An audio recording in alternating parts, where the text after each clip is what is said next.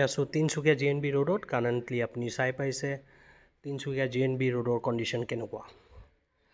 গম পাইছোঁ যে ইয়াত ব্লক ৰোড বনোৱা এটা চেষ্টা চলি আছিল প্ৰশাসনৰ মাধ্যমত। এইটো সঠিক সময় আছিল জানো ব্লক ৰোড বনোৱাৰ বাবে?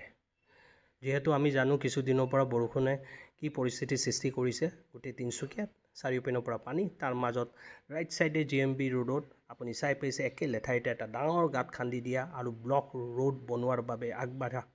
এইটো উচিত আছিল জানো? এতিয়া আছিল যদিও তেওঁলোকে যদি কিবা টাইম লাইন পাইছে ব্লক ৰোড বনোৱাৰ বাবে, তো প্ৰতিটো 50 মিটাৰ গাঁত খান্দিলেহেঁতেন ব্লক ৰোড বহালেহেঁতেন, তাৰপাছত আকৌ 50 মিটাৰ গাঁত খান্দিলেহেঁতেন ব্লক ৰোড বহাই গ'লেহেঁতেন, ৰাইজে কষ্ট নাপালেহেঁতেন। এতিয়া ৰাইজে বহুতে কষ্ট পাই আছে এই ষ্টেপটো লোৱাৰ বাবে। আপুনি চাই পাইছে এই ব্যক্তিজন কিমান কষ্টত আছে, ব্যৱসায় বাণিজ্য কৰা ব্যক্তি।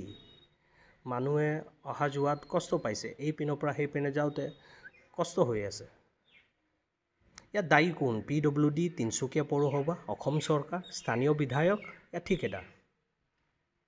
কেতিয়া বুজি পাব ৰাইজৰ কষ্ট আৰু জনগণৰ স্বাৰ্থৰ কাম কৰা ষ্টাৰ্ট কৰিব?